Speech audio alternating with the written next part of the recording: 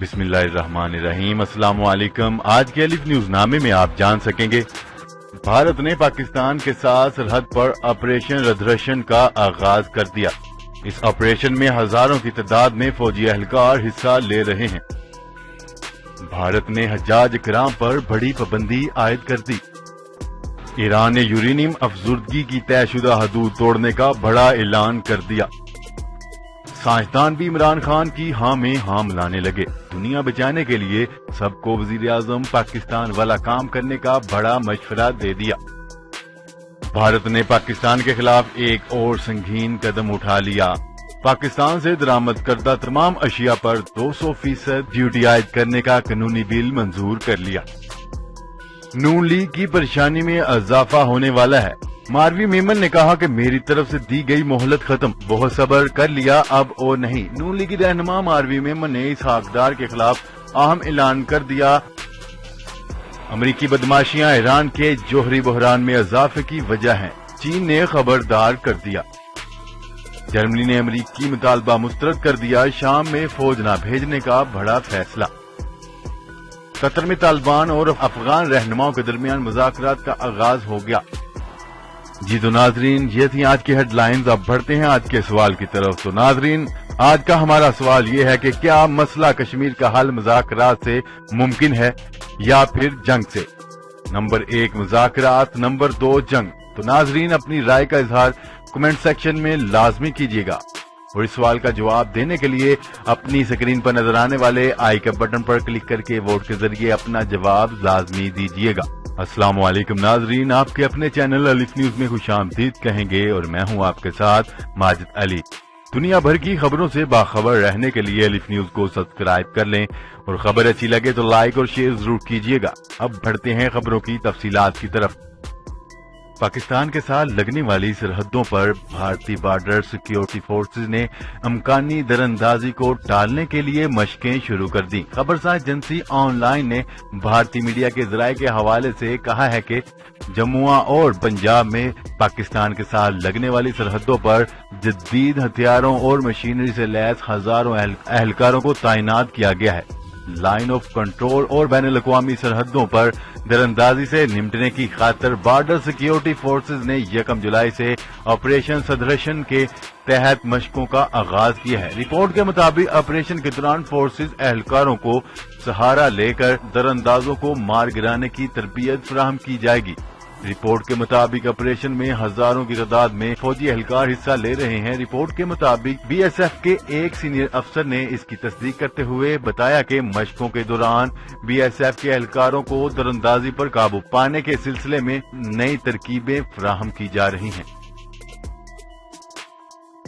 خبر کی اگلے حصے میں بات کرتے ہیں۔ بھارت نے حجاج کی جانب سے آب زمزم کی بوتلیں ساتھ لانے پر بڑی پابندی عائد کر دی۔ بھارتی قومی ایئر لائن کی جانب سے اپنے حج ٹور ایجنسی کے لیے نوٹس جاری کیا ہے کہ جدہ سے ممبئی کے راستے حیدرآباد جانے والی فلائٹ AI 966 اور جدہ سے کوچی جانے والی فلائٹ AI 964 کے مسافر اپنے ساتھ آب زمزم کی بوتلیں نہ لائیں۔ بھارتی ایئر لائن کی جانب سے کہا گیا ہے کہ جہاز بدلے جانے اور سیٹوں کی محدود تعداد کی وجہ سے ان دونوں فلائٹس پر ایجنٹس کے ذریعے حج کرنے گئے حجاج اپنے ساتھ آب زمزم نہ لائیں، تاکہ عین وقت پر کوئی مسئلہ نہ پیدا ہو۔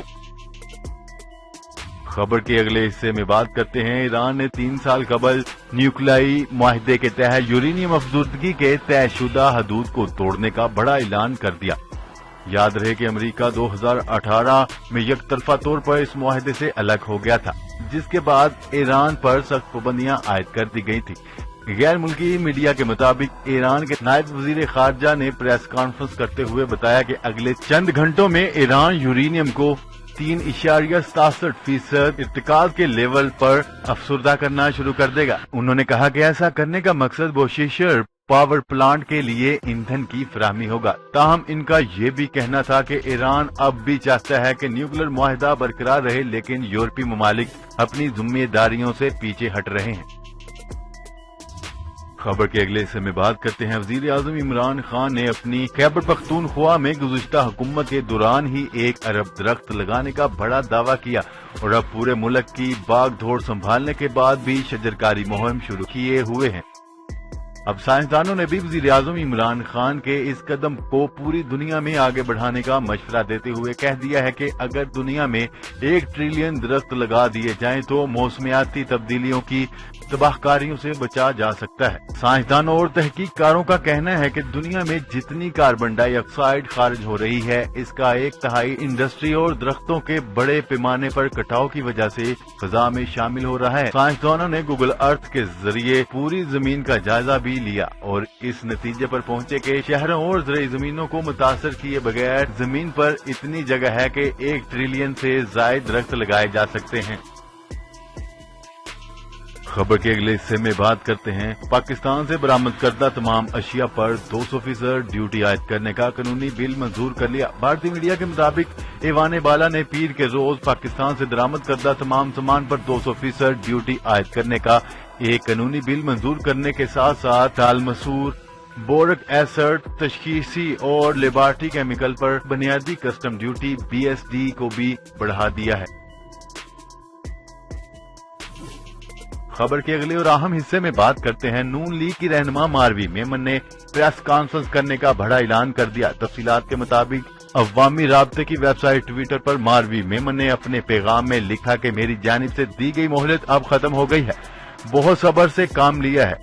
انہوں نے لکھا کہ پریس کانفرنس اسی وقت ہوگی جو وقت مجھے سوٹ کرے گا، کسی کی دھمکیوں پر پریس کانفرنس کا وقت طے نہیں کروں گی، مجھے اذیت جھیلتے ہوئے 3 سال گزر گئے۔ پریس کانفرنس کے حوالے سے آپ بھی صبر کریں، اس میں سیاست سے چڑی تمام چیزوں پر بات کروں گی۔ نون لیگ کی رہنما ماروی میمن نے تحریک انصاف میں شمولیت کی خبروں پر کہا کہ PTI سے میرا کوئی تعلق نہیں ہے اور نہ ہی ہوگا، آپ اپنی تحریک انصاف کو سنبھال لیں۔ واضح رہے کہ ماروی میمن نے اسحاق ڈار کے خلاف پریس کانفرنس کرنے کا اندھیا دے دیا۔ خبر کے اگلے سے میں بات کرتے ہیں چین کا کہنا ہے کہ امریکہ کی یک طرفہ بدماشی ایران کے جوہری بحران میں اضافے کا سبب بنے گی۔ تفصیلات کے مطابق چینی وزیر خارجہ کے ترجمان نے بیجنگ میں پریس کانفرنس کے دوران کہا کہ حقائق سے ظاہر ہوتا ہے کہ امریکہ کی یک طرفہ بدماشی ایک ایسا ٹیومر بن گیا ہے جو خراب ہوتا جا رہا ہے۔ انہوں نے کہا کہ امریکہ کی جانب سے ایران پر ڈالا گیا زیادہ دباؤ ایرانی جوہری بحران کی بنیادی وجہ ہے۔ ترجمان چینی وزارت خارجہ کا کہنا ہے کہ چین نے ایران کی جانب سے جوہری معاہدے کی شرائط کو پورا نہ کرنے کے فیصلے پر افسوس کا اظہار کیا ہے۔ ایران نے گزشتہ روز 2015 کے جوہری معاہدے کی مزید شرائط پر اس وقت تک عمل درآمد نہ کرنے کی دھمکی دی تھی جب تک دیگر فریقین اس کا کوئی باقاعدہ حل تلاش نہیں کر لیتے۔ خبر کے اگلے حصے میں بات کرتے ہیں جرمنی نے امریکی مطالبہ مسترد کرتے ہوئے شام میں دہشت گردی کے خلاف جنگ کے لیے اپنی بری فوج نہ بھیجنے کا بڑا فیصلہ کر لیا۔ تفصیلات کے مطابق امریکہ نے درخواست کی تھی کہ جرمنی حکام اپنی بری فوج شام میں تعینات کرے تاکہ داعش کے خلاف جاری جنگ اور دہشت گردی کے خاتمے میں مدد مل سکے۔ غیر ملکی خبر ساں ادارے کے مطابق جرمنی نے واضح کیا ہے کہ داعش کے خلاف اتحاد کے ساتھ تعاون موجودہ صورت میں برقرار رہے گا، تاہم شام میں فوجی تعینات کرنا ہرگز منصوبے کا حصہ نہیں ہے۔ خبر کے اگلے اور آخری حصے میں بات کرتے ہیں افغانستان میں قیام امن کے لیے افغانستان کے بااثر اور اہم شخصیات نے قطر میں طالبان سے مذاکرات کا آغاز کر دیا۔ تفصیلات کے مطابق طالبان اور افغان رہنما کے درمیان 2 روزہ مذاکراتی دور دوحہ میں جاری ہے۔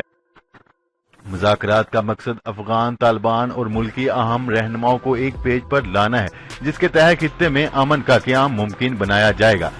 غیر ملکی خبر ساں ادارے کے مطابق طالبان اور افغان رہنماؤں کے درمیان مذاکراتی دور 7 اور 8 جولائی تک جاری رہے گا۔ اس دوران افغان امن عمل سمیت امریکی معاملات بھی زیر غور آئیں گے۔ افغان رہنماؤں پر بڑے سیاسی لیڈر بھی شامل ہیں، تاہم یہ مذاکرات حکومتی سطح پر نہیں ہو رہے بلکہ افغانستان سے شرکاء ذاتی حیثیت میں شریک ہو رہے ہیں۔ اس مذاکرات کو کامیاب بنانے کے لیے قطر اور جرمنی خصوصی طور پر اقدامات کر رہے ہیں، جبکہ امریکہ کے نمائندہ خصوصی برائے افغان مفاہمت زلمے خلیلزاد نے افغانستان کے درمیان 7 اور 8 جولائی کو قطر میں ہونے والے مذاکرات کی میزبانی کرنے پر قطر اور جرمنی کا شکریہ ادا کیا ہے۔ جی تو ناظرین، آج کے لیے اتنا ہی. مزید خبریں لے کر بہت جلد آپ کی خدمت میں حاضر ہوں گے. تب تک کے لیے اپنا خیال رکھیے گا. اللہ نگہبان. پاکستان زندہ باد. پاکستان آرمی زندہ باد.